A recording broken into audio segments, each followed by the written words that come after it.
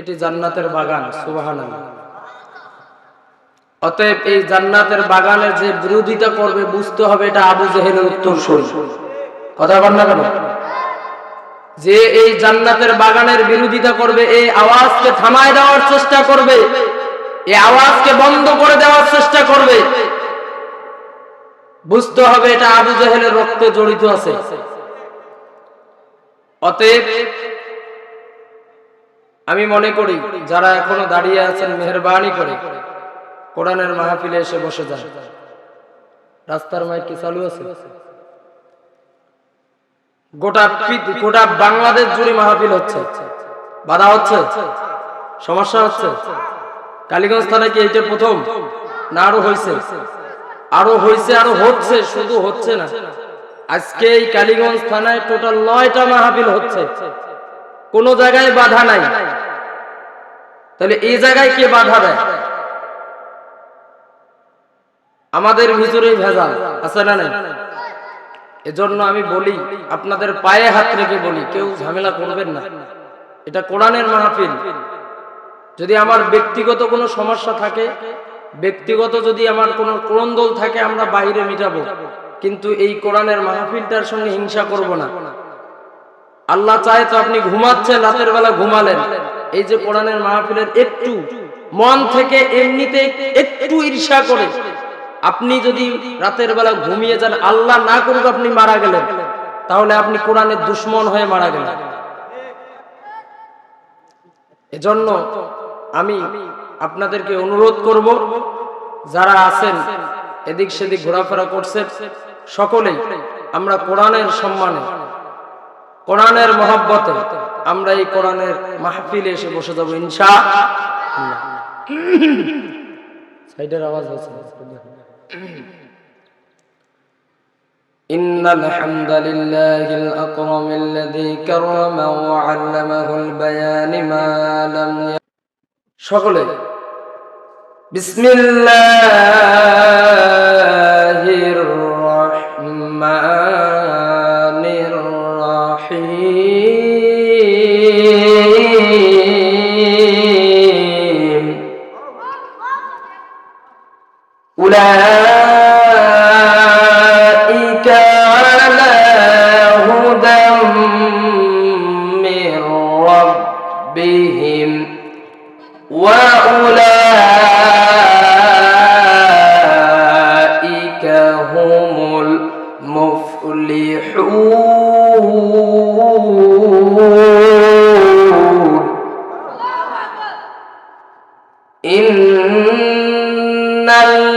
ইন্নাল্লাযীনা কাফারু সাওয়াউন আলাইহিম أأنذرتهم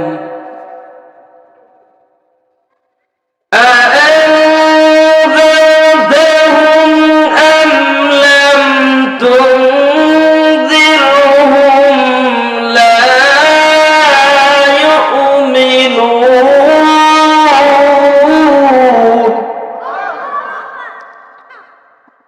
صدقت يا رب العالمين. وقال تعالى في شان حبيبه مخبرا وآمرا إن الله وملائكته يصلون على النبي يا أيها الذين آمنوا صلوا عليه وسلموا تسليما. اللهم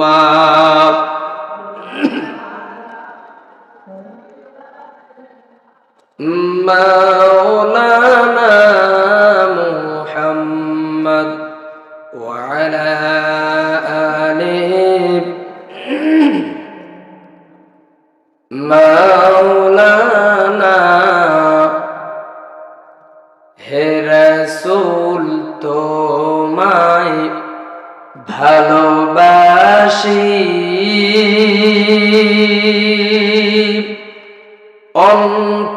অন্তরে শুধুই মুখে না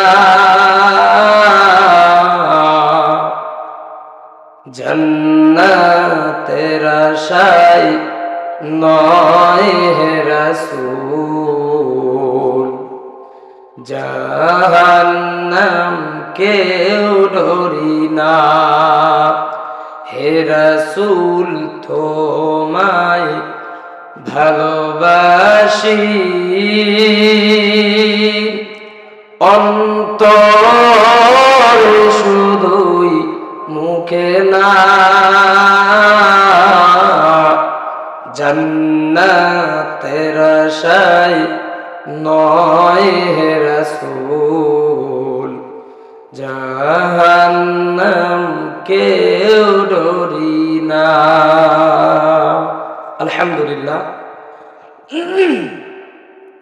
শ্রোতিধর হাজীপাড়া তরুণ যুবকদের উদ্যোগে তৃতীয়তম আজকের ঐতিহ্যবাহী বিশাল ওয়াজ ও দোয়া মাহফিল। অত্র মাহফিলে আল্লাহ সুবহানাহু ওয়া তাআলা তেনার যে গোলামকে সভাপতির আসনে কবুল করেছেন জনাব আলহাজ আবুল কাশেম পাটোয়ারি, আমার দাদাজান, আল্লাহ পাক রব্বুল আলামিন তেনাকে নেক হায়াত সুস্থতা দান করুন। সকলে বলছি আল্লাহুম্মা আমিন। আর একটু আওয়াজে বলছি আমিন। আজকের মাহফিলের বিশেষ অতিথি বৃন্দ, আজকের মাহফিলের প্রধান অতিথি লালমনিরহাট জেলার গৌরব, কালীগঞ্জ উপজেলার গৌরব জনাব আলহাজ নুরুজ্জামান আহমেদ, মাননীয় এমপি, জাতীয় সংসদ সদস্য লালমনিরহাট 2। আল্লাহ পাক রব্বুল আলামিন তেনাকে যে দায়িত্ব দিয়েছেন এ দায়িত্ব সম্মানের সাথে পালন করার তৌফিক দান করুন। সকলে বলছি আল্লাহুম্মা আমিন। আমার পূর্বে আলোচনা করে ধন্য করেছেন আমাদের অত্র এলাকার গৌরব, সুনামধন্য ব্যক্তিত্ব, বন্ধুবর হাফেজ মাওলানা খুরশিদুল আলম মোহতামিম শামসুল হুদা হাফিজিয়া মাদ্রাসা এবং সুদীধর বড় মসজিদের সম্মানিত খতিব, বারাকাল্লাহু লানা ওয়া লাকুম। সকলে বলছি আল্লাহুম্মা আমিন। বারাকাল্লাহু ফি হায়াতি। সকলে বলছি আল্লাহুম্মা আমিন। আল্লাহ পাক রব্বুল আলামিন তার কণ্ঠকে গোটা বিশ্বব্যাপী কোরআনের জন্য কবুল করুন। সকলে বলেন আমিন। তার পূর্বে আলোচনা রেখে ধন্য করেছেন হাফেজ মাওলানা সাকিব আল হুসাইন। আল্লাহ পাক রব্বুল আলামিন তেনাকেও কবুল করুন, বলেন আমিন। আমার পরে আপনাদের সামনে আলোচনা করে ধন্য করবেন ইনশাআল্লাহ বিশিষ্ট ইসলামী চিন্তাবিদ, মুফাসসিরে কোরআন, কারি হযরত মাওলানা আলিমুল ইসলাম আজাদি, এম.এ কামিল তাফসীর, খতিব আল আকসা কেন্দ্রীয় জামে মসজিদ, মডার্ন রংপুর। আল্লাহ পাক রব্বুল আলামিন তেনার কণ্ঠ দিয়ে এমন কিছু কথা বাহির করে দেন যে কথাগুলো শুনে আমরা ইহকালীন জীবনে এবং পরকালীন জীবনে লাভবান হতে পারি। সকলে বলছি আল্লাহুম্মা আমিন। মঞ্চে উপবিষ্ট হযরত উলামায়ে কেরাম, আমার সামনে উপবিষ্ট শাহজালালের ঝান্ডাবাহী একঝাঁক তাওহীদি মুসলিম জনতা, পর্দার অন্তরালে আমার মা এবং বোনেরা, বিশেষ করে যারা আজকের এই মাহফিলের আয়োজন করেছে। অন্য অন্য জায়গায় বড় বড় মানুষগুলো এরকম দুঃসাহস করতে পারে না, এরকম সাহস পায় না একটা কোরআনের মজলিস সাজাবার, সাহস কুলায় না, কি জানি হয় কি না হয়। অথচ আমাদের এই এলাকার মাত্র কয়েকটি ছোট্ট ছোট্ট ছেলে তারা এই কোরআনের বাগানটা সাজিয়েছে। আমরা খুশি না বেজার?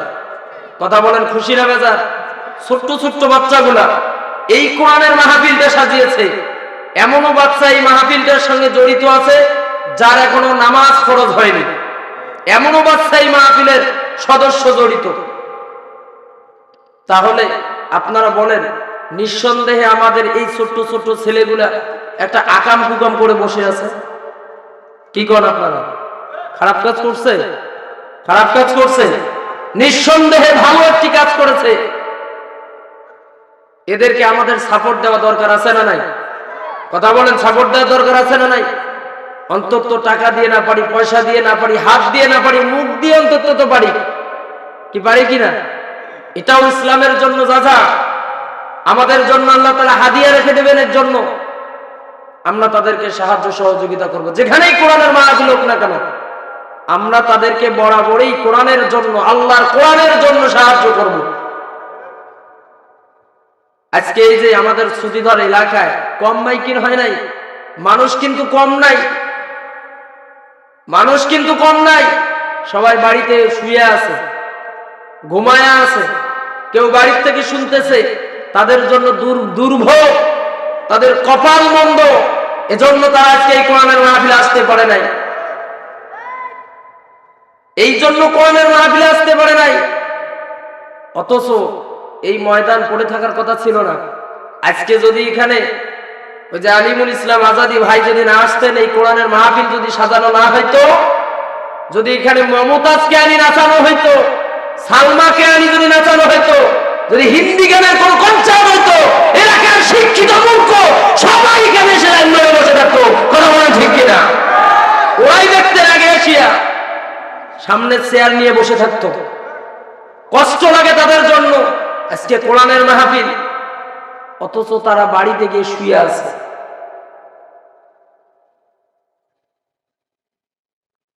সম্মানিত উপস্থিতি, আসেন, যারা এই কোরআনের মাহফিলটা সাজিয়েছে আমি তাদেরকে আন্তরিকভাবে ধন্যবাদ জানাই, তাদের জন্য দোয়া করি। আল্লাহ পাক রব্বুল আলামিন এই তরুণ ছোট্ট যুবকদেরকে আল্লাহ তাআলা ইসলামের জন্য খালিদ বিন ওয়ালিদের উত্তরসূরি হিসেবে কবুল করুন। সকলে বলেন আমিন, জোরে বলেন আমিন। মিডিয়ার ভাইরা, সাউন্ড সিস্টেমের ভাই সহ মাইকের আওয়াজ যতদূর যাচ্ছে, যে যেখান থেকে শুনতে পাচ্ছেন, সকলকেই এই মাহফিলের শুরুতেই ধন্যবাদ জ্ঞাপন করছি, আন্তরিক মোবারকবাদ জানাই, আন্তরিক সালাম। আসসালামু আলাইকুম ওয়া রাহমাতুল্লাহ। সবাই কেমন আছেন? আওয়াজ দিয়ে বলেন কেমন আছেন? আমার সময় খুব কম, এর মধ্যেই প্রধান মেহমান চলে আসবে ইনশাআল্লাহ। আমি শুরুতেই সেই মহান স্রষ্টার দরবারে কালিমাতুস সুজুদ আদায় করছি, সকলে বলছি আলহামদুলিল্লাহ। দরুদ পড়ছি বিশ্ব মানবতার মুক্তির দূত, আপনার আমার কলিজার টুকরা নবী সাইয়্যিদুল মুরসালিন খাতামান নবিয়্যিন, দু জাহানের বাদশা নবী, নবীকুলের শিরোমণি, মা আমিনার কলিজার টুকরা নবী মুহাম্মদুর রাসূলুল্লাহ সাল্লাল্লাহু আলাইহি ওয়াসাল্লাম। সম্মানিত উপস্থিতি, সবাই কেমন আছেন? আমি বলি, যাদের কানে আওয়াজ যাচ্ছে, যারা শুনতে পাচ্ছেন, এই মাহফিলটা এই জায়গায় হয়েছে, আপনাদের শুকরিয়া আদায় করা দরকার। ঠিক কিনা বলো? শুকরিয়া আদায় করা দরকার। কেননা এই মাহফিলটা এই এলাকার জন্য রহমত, আমাদের জন্য রহমত। অনেকের আবার এই কোরআনের কথাগুলো সহ্য হচ্ছে না, কান ফেটে যাচ্ছে, আছে না নাই? কান ফেটে যাচ্ছে। আপনাদেরকে বলি, যদি আপনার ভালো না লাগে আপনি আসেন নাই, ভালো না লাগে চুপচাপ ওখানে বসে শোনেন, সওয়াব পাবেন, সওয়াব পাবেন। কিন্তু যদি বিরোধিতা করেন, হয়তোবা আমি ওলিয়ার রহমান কথা বলবার কারণে আপনার ক্ষমতার ধরে আপনি আমাকে জেলখানায় দিতে পারেন, কিন্তু আমি ওলিয়ার রহমান জেলখানায় যাব ঠিকই, আমার কোনো লাভ নাই, লস নাই, বরং আমার লাভ। কিন্তু আপনি যে মুনাফিকের খাতায় নাম লেখাইলেন, এর জন্য কি জবাব দিবেন কিয়ামতের ময়দানে? কি জবাব দিবেন? শুধু আমাদের জন্য রহমত তা নয়, আল্লাহ রাসূলের হাদিস থেকে বলি শোনেন, যারা যেখান থেকে শুনতেছেন একটু কান লাগায়া দেন। আল্লাহর রাসূল বলেন, যেই জায়গার ভিতরে কোরআনের কথা হয়, যেই জায়গায় কোরআন তেলাওয়াত হয়, যেই জায়গায় আল্লাহর রাসূলের হাদিস বলা হয়, ওখান থেকে আওয়াজটা যত দূর পর্যন্ত যাবে, ততদূর পর্যন্ত যত কবর আছে, আল্লাহ তাআলা প্রত্যেকটা কবরের আযাব বন্ধ করে দেয়। কি চমৎকার কথা! অন্তত আমরা আজকে এই কোরআনের মাহফিলটার কারণে জানি না আমাদের পাশে আপনজনেরা শুয়ে আছে, তাদের আমলনামা কি রকম, আর তারা কোন জায়গায় আছে আমরা জানি না। এই কোরআনের মাহফিলের সম্মানে আল্লাহ তাআলা এই মুহূর্তে তাদের কবরের আযাবকে বন্ধ করে দিয়েছে। সম্মানিত উপস্থিতি, আমি আপনাদের সামনে একটা ঘটনা তুলে ধরি, তাহলে বুঝবেন এই মাহফিলগুলো আমাদের জন্য কেমন রহমত, কেমন শুকরিয়া আদায় করা দরকার। আল্লাহর পয়গম্বর হযরত মূসা কালিমুল্লাহ, একজন নবীর নাম হযরত মূসা কালিমুল্লাহ, হঠাৎ করে একদিন আল্লাহর সঙ্গে কথা বলার জন্য তুর পাহাড়ে যাবে। তুর পাহাড়ে যাচ্ছে, এমতো অবস্থায় একজন মানুষ ডাক দিল, ওগো আল্লাহর পয়গম্বর মূসা শোনো। ও আল্লাহর পয়গম্বর মূসা, তুমি কি তুর পাহাড়ে যাও? আল্লাহর পয়গম্বর বললেন, আমি তুর পাহাড়ে যাচ্ছি আল্লাহর সঙ্গে কথা বলার জন্য। একজন মানুষ ডাক দিল, আল্লাহর পয়গম্বর শোনো, তুমি তুর পাহাড়ে যাবা ঠিকই, আমার কথাটা তোমার আল্লাহকে বলবা। ব্যক্তি বললেন, আমার কথাটা তোমার আল্লাহকে বলবা? কি কথা? আমার এত সম্পদ, এত সম্পদ, এই সম্পদের জ্বালায় আমি আর বাঁচি না। ওগো আল্লাহর পয়গম্বর মূসা, আল্লাহকে গিয়ে বলবা কোন আমলটা করলে আমার সম্পদ কমবে। সুবহানাল্লাহ, জোরে বলেন সুবহানাল্লাহ। এই দোয়া কি বাংলাদেশের কেউ করে নাকি? করে? পৃথিবীর কেউ করে? যত সম্পদ বাড়তেছে ততই আমার হচ্ছে না, যত বাড়ে ততই লাগে, যতই বাড়ে ততই লাগে। অথচ ওই ব্যক্তি আল্লাহর কাছে দোয়া করলেন, মূসা আলাইহিস সালামকে বললেন কোন আমল করলে আমার সম্পদ কমবে। সুবহানাল্লাহ। আল্লাহর পয়গম্বর মূসা বললেন, ঠিক আছে, তোমার এই মেসেজটা আল্লাহর কাছে আমি দিব। রাস্তায় যাইতে ধরলেন, আর একজন ব্যক্তি আল্লাহর পয়গম্বর মূসারে ডাক দিলেন, ওগো আল্লাহর পয়গম্বর মূসা শোনো, তুমি তো আল্লাহর কাছে যাবা, আমার একটা মেসেজ, আমার একটা কথা তোমার আল্লাহকে গিয়ে বলবা। আমি এমন অসহায় ব্যক্তি, এত গরিব, খাইতেও পারি না, চলতেও পারি না, ভালো একটা পোশাক আমার শরীরে নাই। ওগো আল্লাহর নবী মূসা, ওগো আল্লাহর পয়গম্বর মূসা শোনো, আল্লাহকে গিয়ে বলবা কোন আমলটা করলে পরে আমার আল্লাহ আমার সম্পদ বাড়ায়া দিবে। আল্লাহর পয়গম্বর মূসা বললেন, ঠিক আছে, তোমার মেসেজটা আল্লাহকে দিব। আল্লাহর পয়গম্বর যাইতে ধরলেন, হঠাৎ করে আর একটা মানুষের সঙ্গে সাক্ষাৎ হয়ে গেল। ও আমার এলাকার মুসলমানেরা, আমার এলাকার মা বোনেরা, যারা বাহিরে শুনতেছেন একটু কান লাগায় দেন, এমন একটা মানুষের সঙ্গে সাক্ষাৎ হয়ে গেছে। আল্লাহর পয়গম্বর মূসাকে ডাক দিয়ে বললেন, ওগো আল্লাহর পয়গম্বর মূসা, তোমার আল্লাহর কাছে যাবা, তোমার আল্লাহ আমাকে কেন, কি কারণে আল্লাহ তাআলা সৃষ্টি করছে আমি জানতে চাই। আমার দুইটা হাত নাই, আমার দুইটা পা নাই। আল্লাহু আকবার বলেন, জোরে বলেন আল্লাহু আকবার। আমার দুইটা হাত নাই, আমার দুইটা পা নাই। একটা দিন যদি কোনো মানুষ আমাকে করুণা করে খাওয়ায় দেয় তো আমি খাইতে পারি, আর যদি খাওয়ায় না দেয় তো আমাকে না খেয়ে থাকতে হয়। বৃষ্টির মধ্যে পড়ে থাকি, যদি কেউ করুণা করে আমাকে সরায়া দেয় তাহলে পরে আমি সরে যাই, আর যদি কেউ সরায়া না দেয় ওই বৃষ্টির মধ্যে ভিজি, আর ওই বৃষ্টি সরে যাওয়ার পরে রোদের মধ্যে আবার শুকায়া দেয়। ওগো আল্লাহর পয়গম্বর মূসা, আমার হাত নাই, পা নাই, তোমার আল্লাহকে গিয়া বলবা আমার আল্লাহ আমাকে কেন সৃষ্টি করেছে, আমি আল্লাহর কোন কাজে আসতে পারি, কি কাজের জন্য আল্লাহ আমাকে তৈরি করেছে। আল্লাহু আকবার। আমার হাত নাই, পা নাই, কোনো কাজেই তো আসে না, কেন আল্লাহ আমাকে তৈরি করলো? আল্লাহর পয়গম্বর মূসা বলল, ওগো আল্লাহর নবী মূসা, আল্লাহর নবী ডাক দিয়ে বলল, ঠিক আছে, তোমার মেসেজটাও আমি আল্লাহর কাছে দিব। আল্লাহর পয়গম্বর মূসা আলাইহিস সালাতু ওয়াস সালাম তুর পাহাড়ে চলে গেলেন, আল্লাহর সঙ্গে কথা বললেন। কথা শেষ করবার পরে আল্লাহকে ডাক দিয়ে বলল, মালিক, ও আল্লাহ, তোমার এক গোলাম বলেছে কোন আমল করলে সম্পত্তি কমায়া দিবা, আর একজন বলেছে কোন আমল করলে সম্পত্তি বাড়ায়া দিবা, আর একজন বলেছে তাকে তুমি কেন সৃষ্টি করেছো, তার হাতও নাই, পাও নাই, কি জন্য? প্রথম নাম্বার ব্যক্তির কথা বললো, আল্লাহর নবী মূসা, তোমাকে যে ব্যক্তি বলেছে ধন সম্পদ কমায় দেওয়ার কথা, তাকে যা বলবা সে যেন আমার শুকরিয়া আদায় না করে, আর সে যেন কোনোদিন যাকাত না দেয়। আল্লাহু আকবার, জোরে বলেন আল্লাহু আকবার। আমি আল্লাহর রাস্তায় যেন দান না করে, আর আমার শুকরিয়া যেন আদায় না করে, তাহলে পরে আমি আল্লাহ তাআলা তার ধন সম্পদ কমায়া দিব। সুবহানাল্লাহ বলেন। 2 নম্বর ব্যক্তিকে যা বলবা সে যেন আমি আল্লাহ তাআলার শুকরিয়া বেশি বেশি আদায় করে, তাহলে আমি আল্লাহ তাআলা তাকে সম্পদ বাড়ায়া দিব। যতটুকুন দিয়েছি তার মধ্যেই যেন সে খুশি থাকে, তাহলে আমি আল্লাহ তাআলা তার সম্পদ বাড়ায়া দিব। সুবহানাল্লাহ। আর 3 নম্বর ব্যক্তি, যেই মানুষটার হাত নাই পা নাই, তাকে গিয়া বলবা আমি আল্লাহ তাআলা তাকে সৃষ্টি করেছি, এজন্য জাহান্নামের একটা ছিদ্র আছে, জাহান্নামের একটা ছিদ্র আছে, তাকে সৃষ্টি করেছি ওই জাহান্নামের ছিদ্রটাই দেওয়ার জন্য। আল্লাহু আকবার। জোরে বলেন আল্লাহু আকবার। আল্লাহর পয়গম্বর মুসা আসলেন, প্রথমে দেখা হয়ে গেল ওই ব্যক্তির সঙ্গে যেই ব্যক্তির হাত নাই পা নাই। আল্লাহর নবী মুসা মনটা মলিন, আহারে এত কষ্টে জীবন যাপন করতেছে, আবার মরার পরেও তাকে জাহান্নামে দিবে। আল্লাহর নবী মুসা মনটা খারাপ।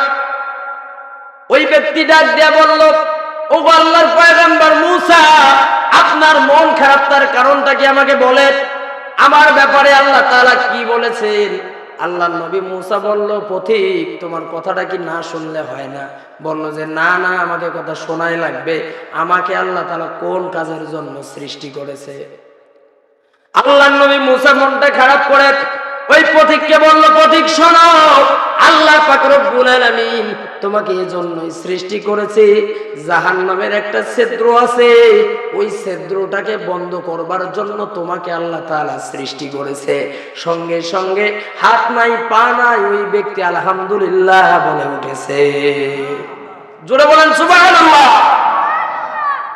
আল্লাহর ওই গোলাম হাত নাই পা নাই, তারপরে আলহামদুলিল্লাহ বললেন, যাক আল্লাহ তাআলা আমাকে একটা কাজের জন্য হলেও তৈরি করেছে। সুবহানাল্লাহ। আজকে আমরা মানুষ, হাত আছে পা আছে মুখ আছে ক্ষমতা আছে, আমাদের ক্ষমতার অপব্যবহার করতেছি। কি একটু ক্ষমতা পাইলাম, কি একটু সদস্য পদ পাইলাম, তারই মশানে বাঁচি না, তারই গরমে বাঁচি না। এ গরম তোমার থাকবে কয়দিন? আজ না হোক কাল যে চেয়ারে আছো, ওই চেয়ার থেকে আল্লাহ টেনে হেঁচড়ে জমিনের সঙ্গে মিশায়া দিতে পারে কি পারে না? তাহলে গরমটা কিসের তোমার? কিসের গরম? এই গরম নিয়ে চলা যাবে না। সাবধান হয়ে যাও, মানুষের সঙ্গে ভালো ব্যবহার করে চলো, এটাও সদকায়ে জারিয়া। যদি মানুষের সঙ্গে আপনি ভালো ব্যবহার করতে না পারেন, যদি আপনার জানোয়ারের মতো আচরণ হয়, কোরআনের দুশমনি করেন, কোরআনের মাহফিল বন্ধ করার চেষ্টা করেন, মনে রাখবেন কিয়ামতের ময়দানে আল্লাহর কাঠগড়ায় এই কোরআন মামলা করে আপনাকে জাহান্নামে দিবে। কিচ্ছু নাই, হাত নাই পা নাই, অথচ আল্লাহর শুকরিয়া আদায় করলেন। যাক আল্লাহ তাআলা আমাকে অন্তত একটা কাজের জন্য হলেও সৃষ্টি করেছে। সুবহানাল্লাহ। 2 নম্বর ব্যক্তির কাছে গেলেন, 2 নম্বর ব্যক্তিকে গিয়ে বললেন, ব্যক্তি ডাক দিয়ে বলল, আল্লাহর নবী মুসা, আমার আল্লাহ তাআলা কি কাজ করলে পরে আমার সম্পত্তি বাড়ায় দিবে?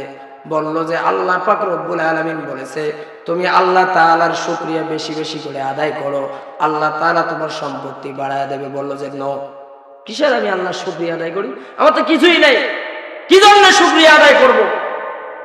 চিন্তা করেন, তার কিছুই নাই, তাকে আল্লাহ তাআলা সম্পত্তি বাড়াবার জন্য বলছে বেশি বেশি শুকরিয়া আদায় করো। সে বলল আমার তো কিছুই নেই, আমি কেমনে শুকরিয়া আদায় করি? কেন শুকরিয়া আদায় করি? এজন্য আল্লাহ তাআলা বলছেন আলহামদুলিল্লাহি রাব্বিল আলামিন। আপনি সর্ব অবস্থায় আপনাকে যা দিয়েছে তা নিয়ে সন্তুষ্ট থেকে আপনি আল্লাহ তাআলার শুকরিয়া আদায় করেন।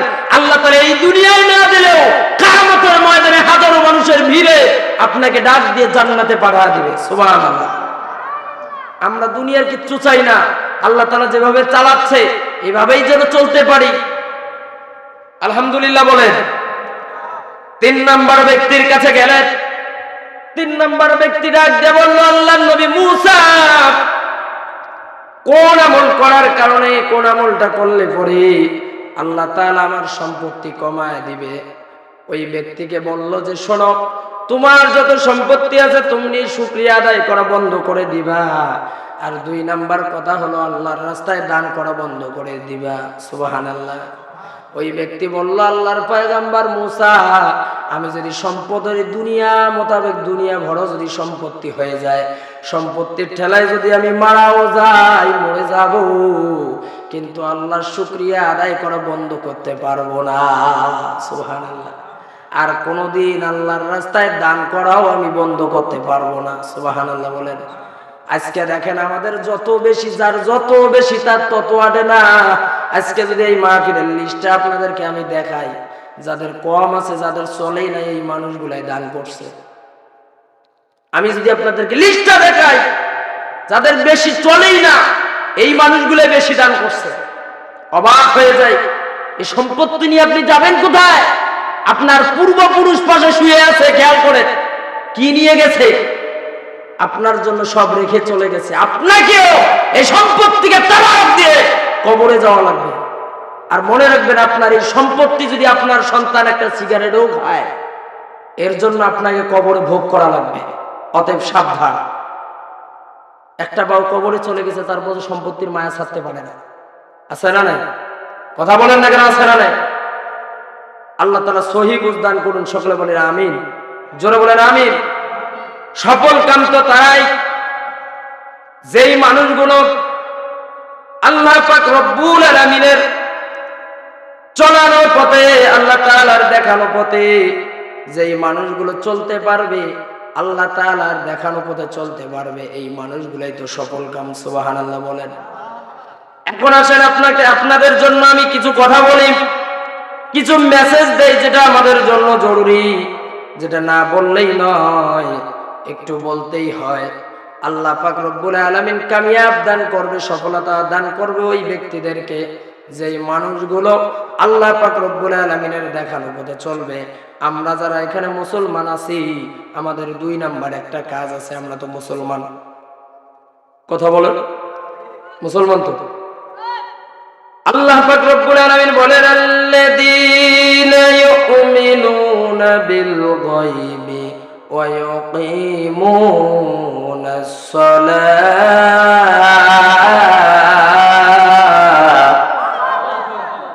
যেই মানুষগুলো আল্লাহ তাআলাকে অদৃশ্যে বিশ্বাস করে, আল্লাহকে কোনোদিন দেখে নাই, বিশ্বাস করে, এই মানুষগুলোর 2 নাম্বার কাজ হলো, আল্লাহ তাআলা বলেন ওয়া ইয়াকিমুনাস সালাত। নামাজ তো পড়ার দরকার নাই, ঠিক কিনা বলেন? কাবা কাছে ঠিক। নামাজ পড়ার দরকার আছে? আছে না নাই? দরকার আছে না নাই? মাহফিল কমিটিতে কারা কারা আছে, একটু মেহেরবানি করে স্টেজে আসেন। আগে এদের নামাজ পড়া দরকার। কথা বল। আগে এদের নামাজ পড়া দরকার, এদের চরিত্রটা ঠিক করা দরকার। যারা মাহফিল কমিটিতে থাকে, এদের মুখটাকে আগে ঠিক করা দরকার। জরিরা 5 ওয়াক্ত নামাজ গোটা বছর পড়ে। আমি ওলিয়ার রহমান বললাম, আগামী বছর এখানে মাহফিল হবে, কেউ বাধা দিতে পারবে না। মাহফিল হবে, মাইকের টাকা আমি দিব। কথা কর। কিন্তু কথা হলো যে কমিটিতে যে কয়েকজন আছে 5 ওয়াক্ত নামাজ পড়া লাগবে। এই মুহূর্তে স্টেজে আসা লাগবে যারা 5 ওয়াক্ত কমিটির যে কয়েকজন আছে, মেহরবানি করে স্টেজে তাড়াতাড়ি, খুব দ্রুত। এখন আসে, আল্লাহ তাআলা বলেন ওয়া ইউকিমুনাস সালাত। যারা আমি আল্লাহ তাআলাকে তোমরা বিশ্বাস করো, তোমাদের 2 নাম্বার কাজ হলো তোমাদেরকে নামাজ পড়া লাগবে। কি পড়া লাগবে? জোরে বলেন, কি পড়া লাগবে?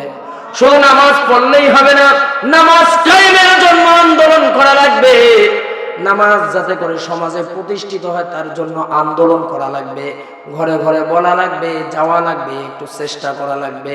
অর্থাৎ এই আয়াতের ব্যাখ্যায় উলামায়ে কেরাম যে ঘটনাগুলো নিয়ে এসেছে, যে ব্যাখ্যায় নিয়ে এসেছে, এই কোরআনটাকে সংসদে, পার্লামেন্টে পাস করার জন্য, এই কোরআনের আওয়াজ যাতে করে সংসদ থেকে আসে, তার জন্য চেষ্টা করা লাগবে। এই কোরআনের আওয়াজ, আজকে আমি ওলিয়ার রহমান নামাজের কথা বলতেছি, আমাকে বলা লাগতো না। নামাজের কথা যদি সংসদে মাননীয় প্রধানমন্ত্রী শেখ হাসিনা আজকে রাত্রি 12টার সময় একটু আস্তে করে বলে, আগামীকাল থেকে আমার বাংলাদেশের প্রত্যেকটা মুসলমানকে নামাজ পড়া লাগবে, বলেন তো দেখি ফজর বেলা মানুষ উযু ছাড়া হইলো নামাজে দৌড়াবে কিনা? দৌড়াবে কিনা? তাহলে এই কোরআনের আওয়াজ আসার কথা কোথা থেকে? আওয়াজ দেয় কোন কোথা থেকে? সংসদ থেকে। আজকে যদি মাননীয় প্রধানমন্ত্রী কয় আগামীকাল থেকে আমার বাংলাদেশের প্রত্যেকটা মহিলাকে পর্দা করে চলা লাগবে, পর্দা না করবে যেই জায়গায় বেড়াবে ওই জায়গায় আলকাতরা মেরে দেওয়া হবে। এখন বলেন দেখি, এদের যদি কাপড় নাও থাকে যেকনা আছে ওকনা দিয়ে ঢাকবে, বাবা ভালে নমায় আলকাতরা মেখে দেবে, ঠিক কিনা বলেন? কিন্তু আজকে এরকম আওয়াজ ওখান থেকে আসে না, ওখান থেকে আওয়াজ আসে কেমন? শরীফ থেকে শরীফ আইছে, আরিফ থেকে আরিফ আইছে, মানে ওখান থেকে এমন কায়দার আওয়াজ আসে, পুরুষ মানুষ মনে মনে বলে মেয়ে, মেয়ে মানুষ মনে মনে আবার পুরুষ, এরকম আওয়াজ আসে ওখান থেকে। নাউজুবিল্লাহ বলেন। এই যে আমাদের অবস্থা। সম্মানিত উপস্থিতি, মা বোনেরা আমাকে একটু স্লিপ দিয়েছে, নামাজের কথা বললাম, আমার মায়েরা নামাজ পড়া লাগবে, আমাদের তো পড়ার দরকার নাই, আছে না নাই? নামাজ পড়া লাগবে। এরপরে আসে এখন শুধু মহিলারাই পর্দা করবে, আমাদেরও তো পর্দার দরকার আছে না নাই? কথা বলেন না কেন? বর্তমান যা যুগ জামানা দাঁড়িয়ে গেছে, মহিলা সে পুরুষের পর্দা করা জরুরি হয়ে গেছে। কথা বলেন না কেন? কারণটা হলো ওদেরকে যত আপনি বলবেন কোনো লাভ হবে না, কোনো লাভ হবে না, বরং আমাদেরকে এখন পর্দা করে চলা দরকার, ঠিক কিনা বলেন? এরপরে আসে আপনার এই সমস্যা চলবে, যেদিন শেষ হবে সুন্দরভাবে উত্তম রূপে গোসল করে তারপরে থেকে আপনি নামাজ শুরু করে দিবেন। এই যে কয়দিন আপনার সমস্যা আল্লাহ তাআলা আপনাকে রুখসত দিয়েছেন, এই কয়দিন যদি আপনি নামাজ না পড়েন আল্লাহ তাআলা আপনাকে মাফ করে দিবেন। সুবহানাল্লাহ বলেন। আর তারপরেও যদি আপনি পাক্কা ইমানদার মনে করেন আরে নামাজগুলো পড়তেই পারলাম না, আপনি বেশি বেশি নফল ইবাদত করবেন আর স্বামীকে মাঝে মাঝে একটু পিটাবেন, ঠিক কিনা বলেন? মাঝে মাঝে স্বামীর সামনে এসে চেয়ারম্যান মানে চৌকিদারি করবেন, একটু বেশি বোঝার চেষ্টা করবেন। আপনাদেরকে বলি আমার মায়েরা, যাই হয়ে যাক না কেন, যাই হয়ে যাক না কেন, স্বামীর সামনে যেন উচ্চ আওয়াজে কথা না বলা হয়। সাবধান, আপনি যদি মা জানান আপনার স্বামীর যদি মন খারাপ থাকে আপনি নির্ঘাত জাহান্নামে যাবেন। এজন্য স্বামীর হক কথাগুলো মানবেন, যেগুলো হক এই কথাগুলো মেনে চলার চেষ্টা করবেন ইনশাআল্লাহ। আল্লাহ তাআলা আমাদের প্রত্যেককে সহিহ বুঝ দান করুন। সকলে বলছি আল্লাহুম্মা আমিন। আমি যতগুলো কথা বললাম যদি আমার কথার ভিতরে ভুল ত্রুটি মনে হয় আল্লাহর ওয়াস্তে ক্ষমা সুন্দর দৃষ্টিতে দেখবেন। আমি আপনাদের এলাকার সন্তান।